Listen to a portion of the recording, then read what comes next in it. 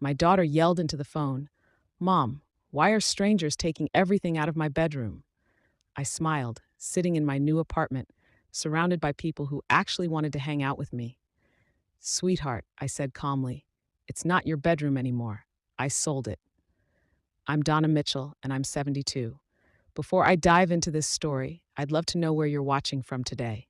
Drop your city or state in the comments. I always wonder who's listening to an old woman's story about finally putting herself first. Let me take you back to where it all started. For 37 years, I lived in the same house on Maple Street.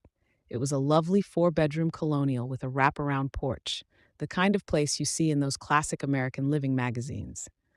My late husband, Robert, and I bought it when I was pregnant with our first child.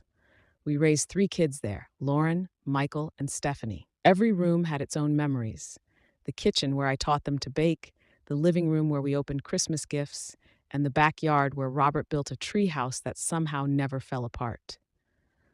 When Robert passed away 6 years ago from a sudden heart attack, I thought my world had ended.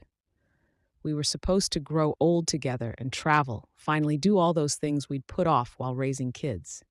Instead, I was alone in that big house, rattling around like a ghost. I kept telling myself it was okay. I had my kids, they'd visit, and we'd still have Sunday dinners. The house would still be filled with laughter and love, just in a different way. I was so naive.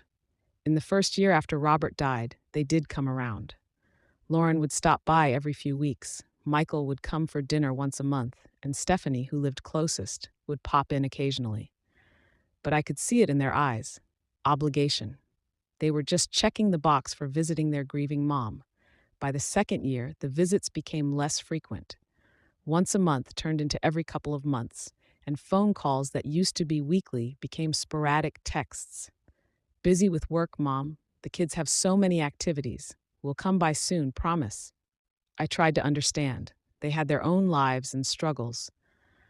Lauren was a real estate attorney with two teenage boys into competitive soccer. Michael ran his own accounting firm and was always swamped with work during tax season, which seemed to last 9 months. Stephanie was a nurse working long shifts, raising her 10-year-old daughter alone after her divorce. But understanding didn't ease my loneliness. I started calling more, maybe once every few days, just to hear their voices and feel connected to the family I had built my whole adult life around. I'd invite them over for dinner saying, "I'm making pot roast, your favorite," or "I baked those chocolate chip cookies you love."